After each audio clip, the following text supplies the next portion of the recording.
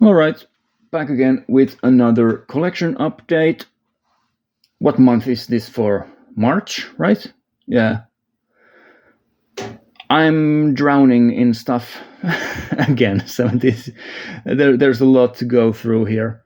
Um, some of these, for example, movie boxes that I'm showing, I've had for months and months at this point. I just couldn't fit them in the previous ones. So this is kind of like a bits and bobs, scraps type of collection update. There's also some really cool new stuff here. Nothing really brand new, but some quality pickups. So it's not just scraps. But yeah, let's get into it. Starting from PS5 and then ending with Blu-ray as usual. For the PS5, I picked up firstly Devil May Cry 5 Special Edition. I picked up a bunch of used games for the PS5, and this was one of them. Very cheap game.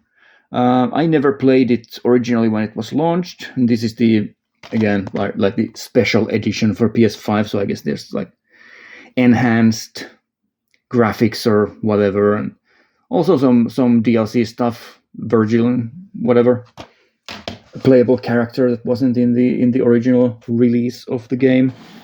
So yeah, there you go. Devil May Cry. I still haven't played any of the games in the series, but I have this idea that I will at some point play through the whole series, basically. They aren't the longest games in the world, so it's pretty doable. I also picked up a dirt cheap used copy of White Day 2, The Flower That Tells Lies. Now, this game is not highly rated at all. If I remember correctly, a lot of people were disappointed with this. Like, the first game is like a pretty cool cult classic horror game. It's not great, but it's kind of fun. I did enjoy the original White Day. So yeah, I'm intrigued by the sequel, but I don't know if it's any good. I also picked up, I have no idea why a limited run games release was in like bargain bin used games. Like it was just there with like garbage.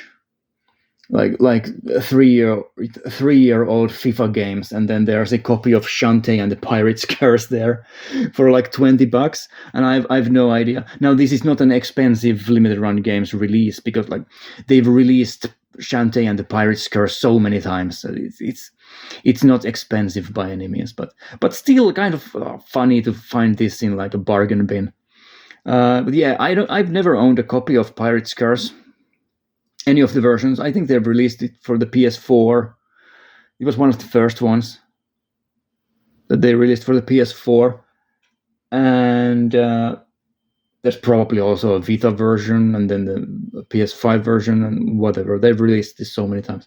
I've never played it either, but yeah, there you go. Does have the small little booklet as well that comes with the game. Always nice to have a booklet, so happy to have this. And very happy to find a copy of this for almost nothing. I would open it anyway and play it from the disc, so it doesn't matter to me that it's used. For me, it's just a plus. Whenever I find limited run games that have already been opened, it's just a plus for me because I can get them for cheaper. And then for the PS5, I bought a copy of Forgive Me Father 2. Now, I don't have a copy of the original game. I think there's a PS4 physical for Forgive Me Father. This is a FPS game. I don't really hear many people talking about this, so I don't know how popular it is, but it looks really, really great. It has this H.P. Lovecraftian horror thing going on. It has this kind of a hand-drawn, almost like comic booky, cel-shaded style to it. Looks really cool. So yeah, I'll have to track down a copy of the first game and then play both of them. And then lastly, for the PS5, I'll unbox this one because it's brand new, and I'm intrigued to see if the DLC is on the disc or a download code, because I didn't check before I bought it. It's Anno Mutationem, complete edition. This is one of the, if I remember correctly, this is one of the PlayStation China Hero Project games, where PlayStation was kind of funding Chinese developers. And it's a 2D action game with a cyberpunk theme. Looks pretty cool. Looks like the type of thing that I would enjoy. And if I remember correctly, it's usually thought of as one of the better games from this project. So there you go. I'll open it just because I want to see if there's a download code in it. I would open it anyway and play it, so I don't really care about the value that is lost. No, it's apparently all on disc. No download codes. There is a poster, so that's cool. I also appreciate that the poster is small enough for me to show on screen. That's pretty cool. It's also two-sided.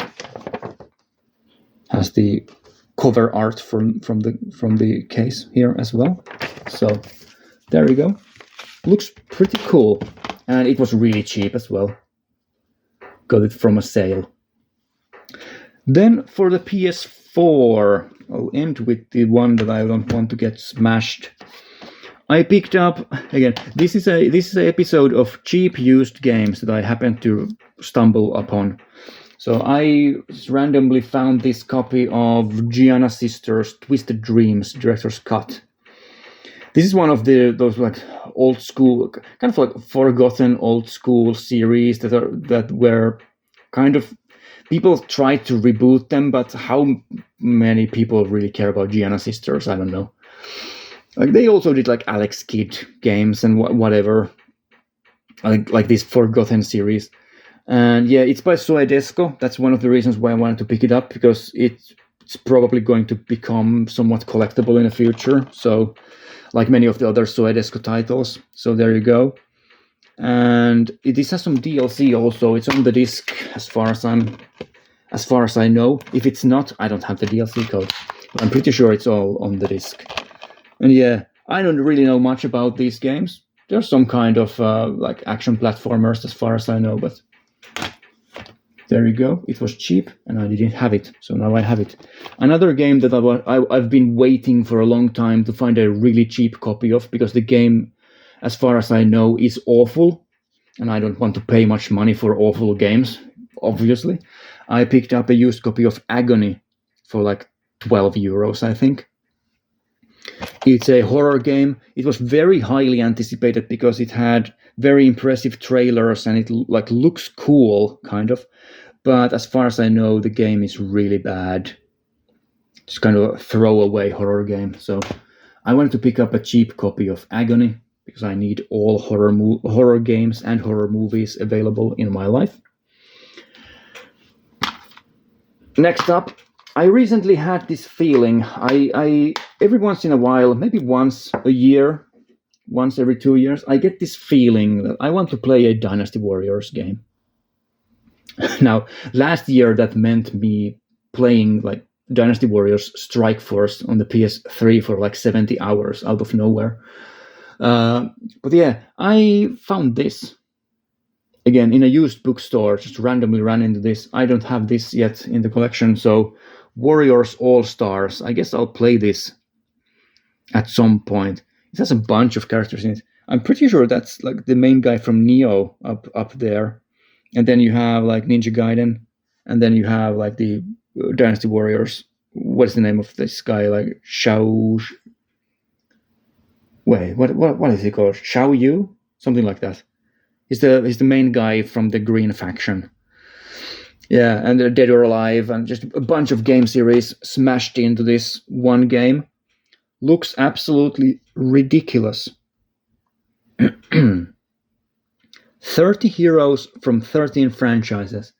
Of course, it does have Lubu in it as well, because you have to have Lubu. So this looks absolutely crazy. And I'll have to check it out whenever I get the urge to play a Dynasty Warriors game. I also, from a flea market, I just picked up for like a couple of euros a copy of Sims 4.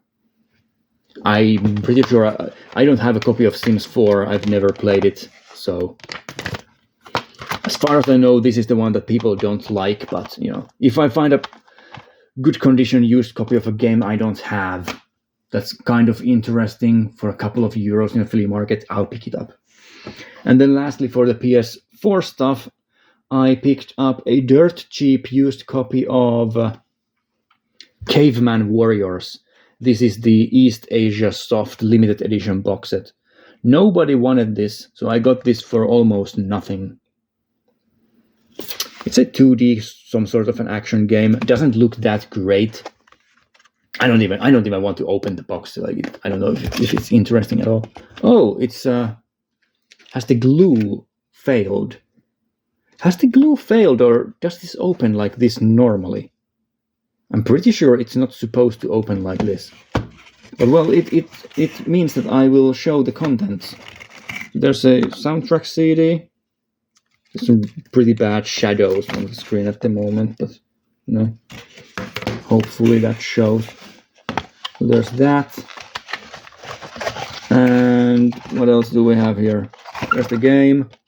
Like, the art style is pretty bad. It looks like a cheap mobile game. There's an instruction booklet, couple of pages.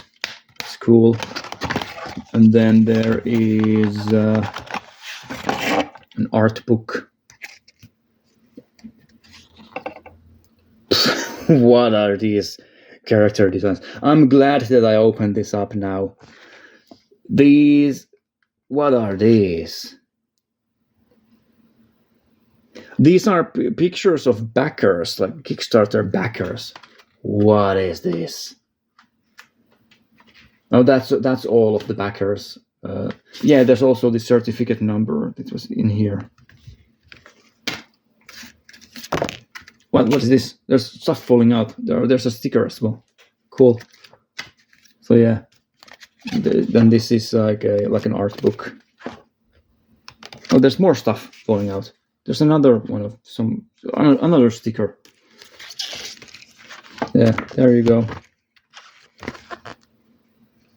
Starting point of prehistoric journey.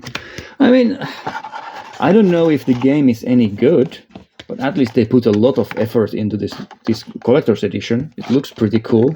I'm impressed by the collector's edition. Definitely.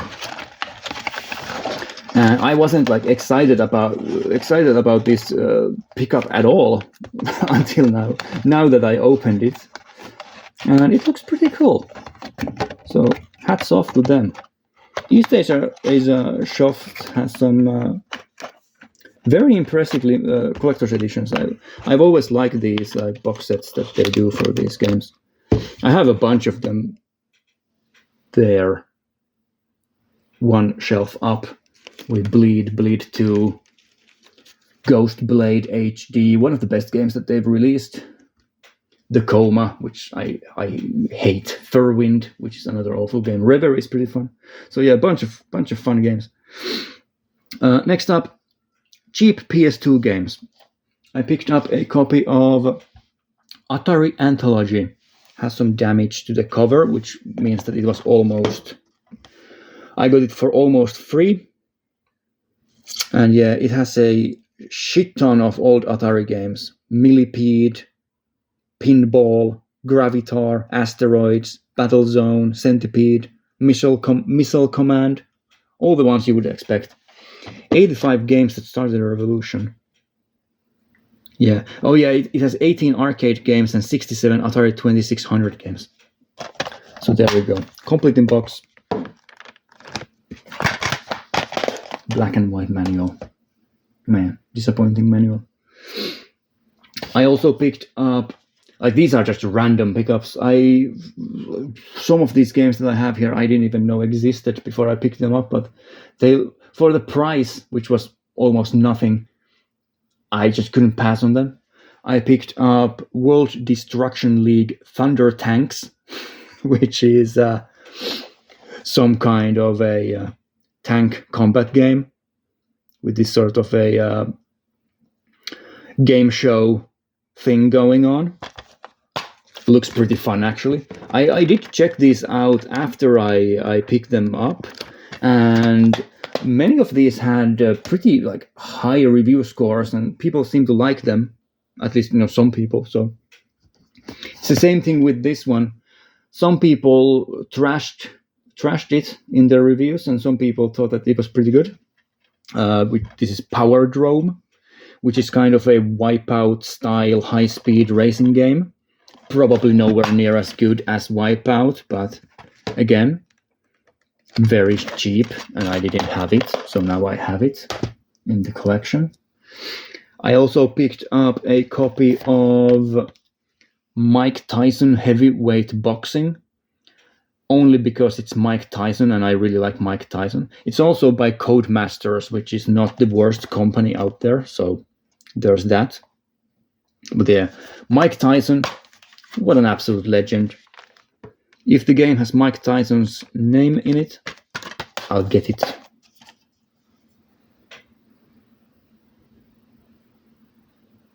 BBC Sport gave this game a 96% review with, without doubt, the greatest boxing game ever. I doubt that it is the greatest boxing game ever, but okay. They are entitled to their opinion. And then, for the PS2, lastly, one of the worst named video games probably ever. I picked up a copy of Street Boys with a Z at the end. And it's some sort of a brawler game with this almost like an anime style to it. It looks ridiculous. It's like this schoolboy gangs battling it out against one another. The title is so bad. Street Boys. Like that's the least tough title I can imagine. Now, when I said it that it's like almost an anime style, I used the word anime very, very loosely. But there is Mayuki. Do we have English language here? Yes, there we go. Do we have descriptions for these characters in English? There we go. Mayuki, the Ice Princess. One of the Hell Black Heaven gang. Like, this is the most Japanese thing ever. Like, do they really think that this is like these characters, that people would like take them seriously? What a ridiculous game. But yeah, when I saw this cover, I immediately knew that it's either going to be like some kind of a rhythm game with like male boy band stuff in it, or that it's going to be something ridiculous and like really intriguing. And I'm happy that it was the latter. So it intrigued me. It definitely intrigues me. For the PS3, I picked up a copy of Sega Rally. Again, continuing with the theme of this video. Like, remember, for those who watched the last collection update I did last month, remember when I said that collection update is going to be stacked with quality, and like the next one is probably not going to live up to the standard? Yeah, I think that's true. There is no Metal Gear Solid 3 Delta to be found here. Yeah. So yeah, Sega Rally. It's a rally game. Should be pretty cool. I've always liked rally games. Oh, there's also a receipt. When was this bought? Who bought this? The person who bought this in a GameStop for 20 euros. I didn't pay 20 euros for it. It's the only thing that they bought. It was sold by GameStop employee Antti in 2016. So there's some lore about this title. I don't like keeping receipts in my games. I don't need them, so I usually throw them out. So I removed the old receipt of the old owner from the case. There you go. I also picked up a dirt cheap copy of G-Force, the Disney game.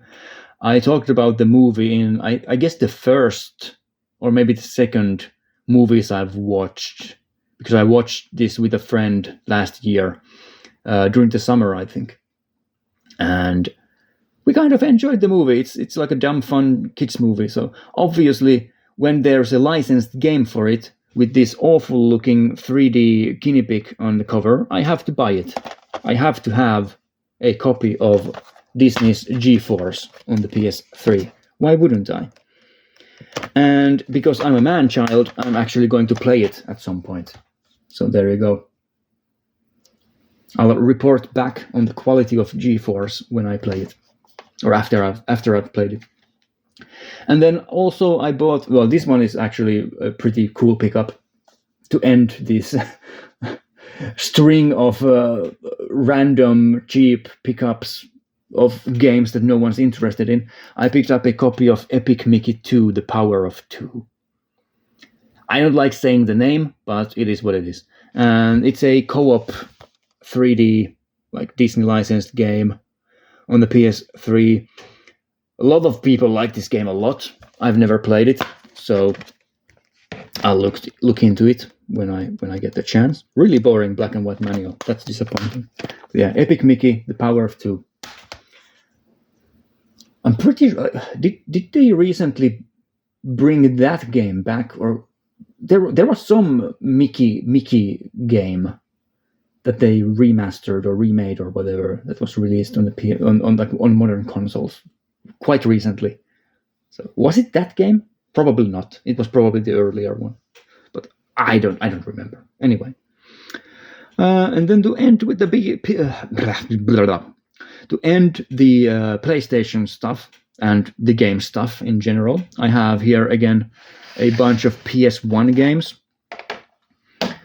because like last time I talked, I really like buying PS1 games, and after I did the PS1 top 10 video, I felt it. I felt the need to get more PS1 games.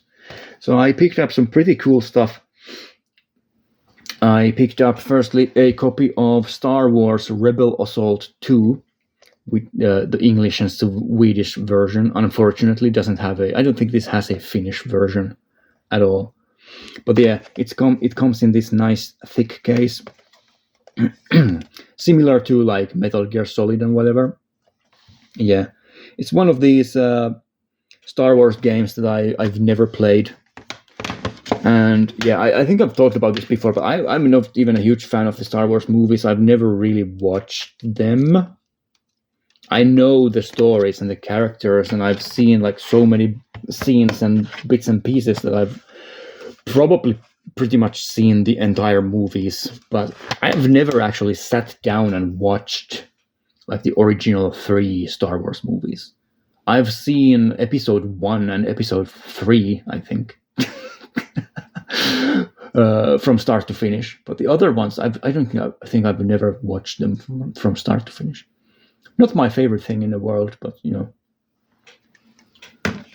yeah, I am slowly building up a Star Wars games collection whenever I run into them. But yeah, I'll watch the movies at some point and, you know, realize the horrible mistake that I've made, not like knowing any better.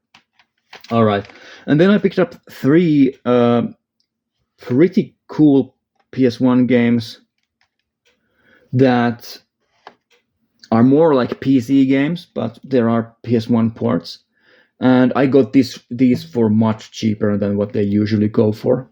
So first of all, I picked up this used copy of Terror from the Deep, the XCOM game. So XCOM, Terror from the Deep, which is a legendary PC strategy game. There is also a PS1 version, and I am now in the possession of it. Unfortunately, the case is a bit loose. It's not broken, like it does, like it doesn't open by itself, but it's not the cleanest used copy, unfortunately. And look at this manual. Like, this is a book. So many languages as well. Now, is the PS1 the way to go if you want to play XCOM Terror from the Deep? Probably not, but I love the XCOM series. because of the PS3 era reboot games. I absolutely adore XCOM for those games. So I've never played the originals, so maybe I'll check that one out. And if it's awful on a PS1, maybe I'll play it on a PC. Who knows? And then I picked up a couple of Warhammer games, of all things.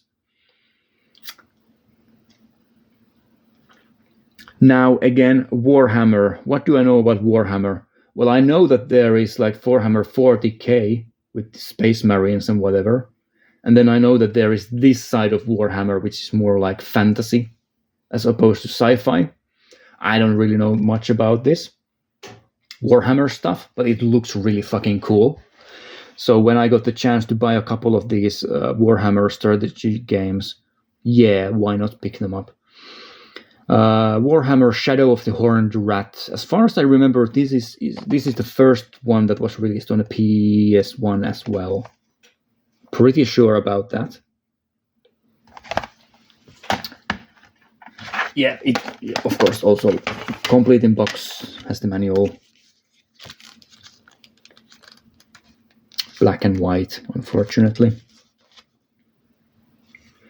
Now this looks like the type of game that plays horribly on a PS1, but whatever. Oh, nice quality.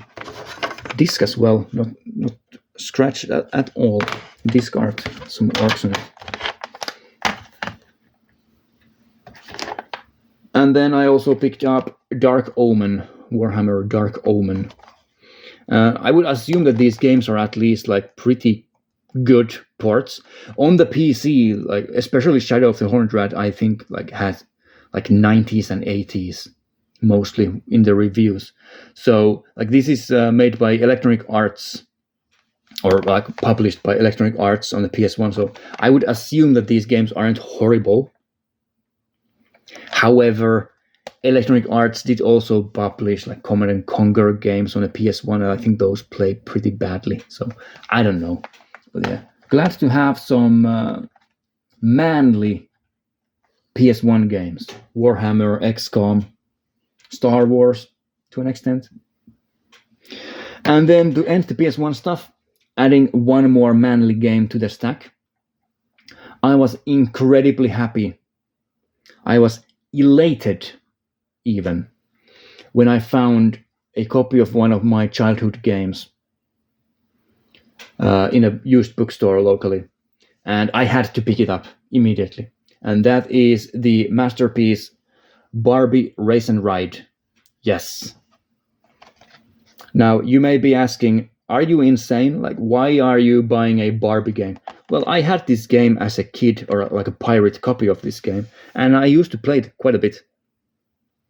I also had other games about horse riding, like these like games aimed for little girls, and I used to play them every once in a while. I like horses. We had a horse when I was younger. Like I grew up on a farm, and we had a couple of horses, and I used to ride horses when I was a kid. So not a huge fan of how horse riding has been feminized in modern culture, like it's something that only little girls do. It used to be a manly thing, you know, in the Wild West and whatever, having a horse and riding it. So yeah, happy to have Barbie Race and Ride in the collection. Now, moving on to Blu-ray. I guess I'll start with this box set. Are these the same height? Yeah, pretty much. So I'll do two box sets so I can stack the PS1 games on top of this. So I picked up a Severin Blu-ray box set. I don't have many releases by Severin, but this one I wanted to get just because it's Lamberto Bava. So I picked up High Tension, 4 films by Lamberto Bava. Now these are obscure movies. The Prince of Terror, The Man Who Wouldn't Die, School of Fear, and Eyewitness. These are TV horror movies made by Lamberto Bava later in his career. So he was obviously known for Demons and stuff like that. The son of Mario Bava, very well known in horror circles. I don't expect these to be great, but I'm glad to have them. And this box set was pretty cheap. considering how expensive it seems to be, at least on eBay, it goes for a lot more money than what I paid for it. So there you go, High Tension. And then moving on from Severin to Arrow, I picked up some used Arrow Academy films, including a box set that I've been waiting a long time to see if someone would sell a copy of it ever in my region here in Europe, and they did finally. And I picked up a copy of 3 films by Paolo and Vittorio Taviani. So Padre Padrone, The Night of the Shooting Stars, and Chaos. Again, obscure movies. I don't know if this box set had, I don't know how many copies were ever made of this, but it seems pretty rare. I've never seen a used copy of this in the wild, and now I finally got one online. And yeah, these are Italian drama films. I have one movie by Paolo and Vittorio Taviani in my collection. It's the film Alonson Fun, released by Radiance, but I haven't watched it yet. So there's Chaos, really cool cover art. There is The Night of the Shooting Stars, again, very nice cover art. Some sort of a historical drama film. I don't know much about this. Padre Padrone. Interesting stuff. So yeah, I'll have to look into this. Definitely not the most well-known director in the history of Italian cinema, but pretty cool. And now I get to put the PS1 stuff on top. That's cool. That's nice. And then I'll start stacking the other stuff next to these. So continuing with Arrow Academy, a couple of used movies. A Gentle Creature by Sergei Loznitsa. It's a Russian drama film. Don't know much about it. Probably wouldn't get released today because of the Ukrainian war and whatever, but this is from before that. And there are some very good contemporary Russian directors out there. It's just that their work doesn't really get outside of Russia that much for obvious reasons. And many of them can't really do work freely either. So there's that. What is the name of the director? I've been trying to remember it for a long time. The guy who did Leviathan and some other good ones as well. What is the name of the guy? I can't remember. He's a great contemporary Russian director, the guy who directed Leviathan. I also picked up a copy of Viva l'Italia by Rossellini, Roberto Rossellini.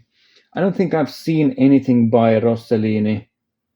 There's some goo on the back cover of the case. I'll have to wipe that out while I'm talking. But yeah, Viva Italia. It's a biopic of a historical figure from Italian history. What is the name of the guy? Giuseppe Garibaldi. And yeah, that's everything I know about this movie. From Arrow Academy, and with Radiance, it's obviously the same guy who ran Arrow Academy now runs Radiance Films. I am very glad to blind buy pretty much anything because I know that the curation is on point.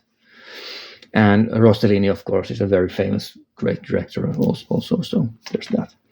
Right. I also picked up a used copy of The Ghoul with the Ben Wheatley as the executive producer, which is very important because Ben Wheatley is a great modern UK horror director. He did Kill List, for example, and A Field in England. And yeah, this seems like the type of thing that I would like. It's the first movie by this director, Gareth Tunley. I don't know if they've done much after this. I haven't followed their careers, but Seems interesting, kind of a crime murder movie. And then during a Arrow sale, I picked up some Blu-rays. Not the most important stuff for me, but something that I'm interested in watching. I picked up The Cell with Jennifer Lopez and Vince Vaughn in it. If I remember correctly, there was something wrong with the disc in this release, so I don't know if I'm fucked because I don't have a replacement. I don't know if they did a replacement disc, but I remember some people complaining about this release being scuffed by for some reason. I don't know more about that. It seemed like The Cell seems like a very interesting movie. You wouldn't expect to see Jennifer Lopez in kind of like a surrealist horror film from the 2000s. When was this made? 2000. It seems like a very strange movie. I also picked up the Night Watch collection just because this is a Nordic film series. It's from Denmark. I want to support Nordic movies being released. So these are like Nordic, like detective noir crime films. Also has one of the main actors from Pusher in it, so that's cool. I also picked up The Last Video Store, which seems to be like some kind of a throwback parody, like comedy horror film. Always in for a movie like this. And then I picked up The Last Stop in Yuma County, which looks like an old movie, but it's not. It's from 2023, so it's a pretty new movie, and it looks like a throwback to 1970s action movies, which is why I picked it up. It seems kind of intriguing. So there you go. And then I have one more stack here. Well, it's a high stack, but yeah. Starting off with Criterion, 2 movies. A friend of mine was purging his collection, and I picked up a couple of things from him, books and stuff. But I picked up one Blu-ray. I'll show here this, which is Safety Last. This is one of the famous silent comedy films. It's by Harold Lloyd. 73-minute comedy movie, physical comedy, slapstick stuff, whatever. Crazy stuff. I haven't ever seen a Harold Lloyd film, so this will be the first for me. And I also picked up a very cheap used copy of Gilda. I think Criterion just recently announced like a 4K. Well, now that I'm filming this now, so when this is out there, it's not recent anymore, but whatever. Criterion announced a 4K release of this movie. So I guess that's one reason why people have been selling these Blu-rays out for cheap. So I picked up a cheap copy of Gilda, which is like a noir movie with Rita Hayworth in it. So how can you go wrong? Noir plus Rita Hayworth. Yeah, I'll watch it. Then I picked up some 101 Films titles. These are all used as well. I picked up A Wall with Van Damme in it. This is again another movie that's probably going to have a 4K release in the future, but yeah, I mean, this is just good enough for me. I'm not a huge fan of Van Damme, but his movies are sometimes quite entertaining. Especially, what is the name of the movie? Bloodsport and Universal Soldier. Like he has some good ones. I also picked up Crack in the World, which is one of these old sci-fi movies. This is from 1964. So 1964 sci-fi movie. I always like this sort of stuff. And then this is the type of stuff that I live for. The Land Unknown, a 1950s sci-fi special effects movie with stop-motion dinosaurs in it. That's cool. Dinosaur puppets. I love it. There is also a poster. It's a 2-disc release with a poster. And the poster artwork is really cool. It's the same art from the cover of the release, but with more detail to it. Looks so nice. I love this 1950s movie poster style that they went for. So yeah, The Land Unknown. Cool stuff. What else do we have here? I have a couple of releases by Eureka. Some Hong Kong films. I had to pick this up before it went out of print. Flaming Brothers, featuring Chow Yun-fat. Always in for a Chow Yun-fat film. And yeah, I don't know much about this one, but it seems like it's pretty well liked. So there you go. Flaming Brothers. I also picked up The Adventurers. This is from the same order, by Ringo Lam. This one, I think, it has Andy Lau in it. Yeah, it's the only Ringo Lam film that has Andy Lau in it. That's interesting. Yeah, heroic bloodshed action film. And then I picked up a used copy of Sammo Hung's Encounter of the Spooky Kind. Haven't seen this one yet, but it's one of these horror comedy films that people generally think is one of the best in this genre from Hong Kong. So there you go. Also comes with a poster. Is there something else here? Yeah, there's a booklet. Do we have some funny Sammo Hung imagery here? Well, I don't know if that's fun, but there you go. Some poster artwork. Yeah, this is the poster that I know the best for this movie, with this chubby Sammo Hung on the cover. Interesting stuff. And what is the poster like? Is it just the one-sided? No, it's two-sided. There's the artwork here that's on the slip. And then on the other side, it has the chubby Sammo. Original poster art. That's cool. So yeah, that's Encounter of the Spooky Kind.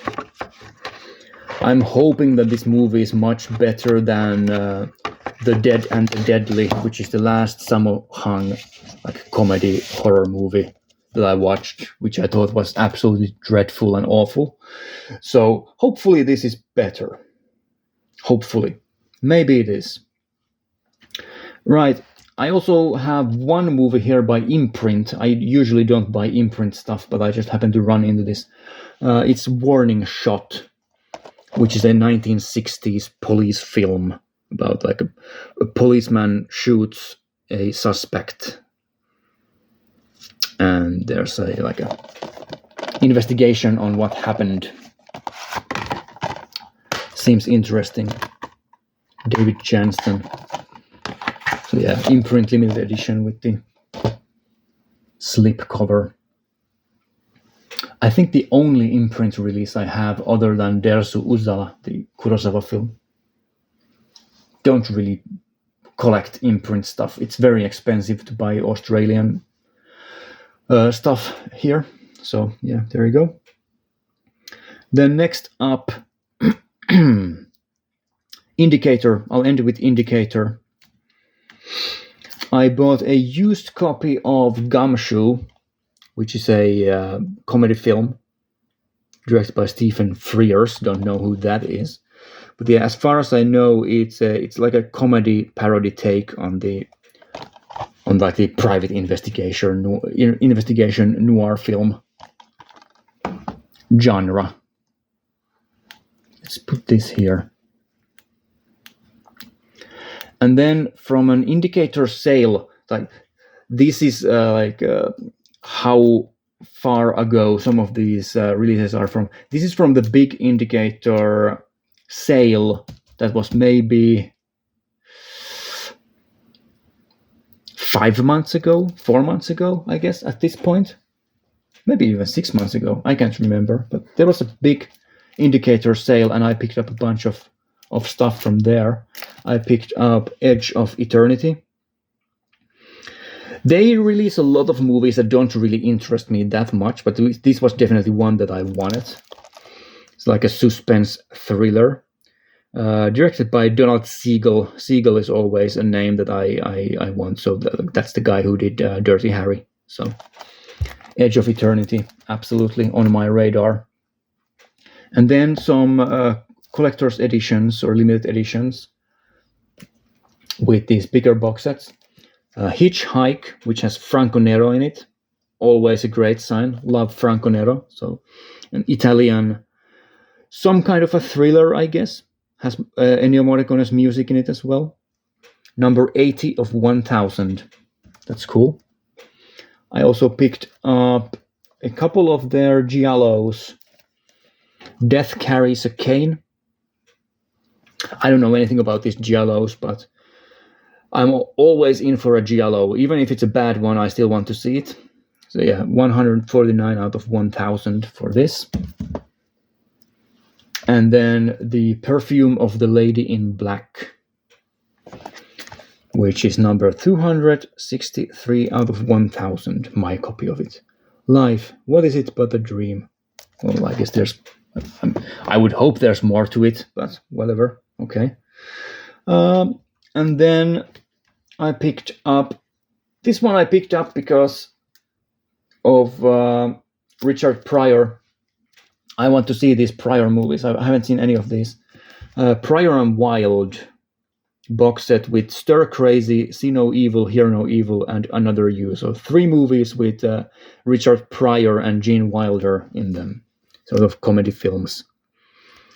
Should be some good stuff here. Don't know much about the movies, but you know, for a reduced price in a sale, this was like 20 pounds or whatever. Very good deal. So yeah, and that's it for the movies. Oh yeah, I also have this. I'll end with this. I also picked up for. I haven't bought a game guide in a long time, but I picked this one up in a used bookstore. The Witcher 3 Wild Hunt official game guide. Really thick. So yeah, it's Witcher 3. It's basically a run through of the main quests and then the side quests of the main game. Obviously the DLCs are not included. It's very detailed. Has lots and lots of imagery. Letting go in the snow or drowning in drink. Yeah, Witcher 3 is such a fantastic game. I'm not going to flip through the whole thing, but yeah, I bought this guide, and you can just see that just hundreds of pages of just full color pictures and everything. I love it when game guides have this sort of detail and this level of quality to them. So yeah, I couldn't pass up on this. I guess I'll use it on the thumbnail. So welcome again to the end of the video where I create a thumbnail by just, I can't use that. I'll use Witcher 3, the official game guide. And then I guess I'll use like Richard Pryor, whatever. That's good enough. So there you go. That is the collection update for this month. Hope you enjoyed it, and I'll be back again next month. What am I talking about? Thanks for watching, and I'll be back next week with something else. Bye.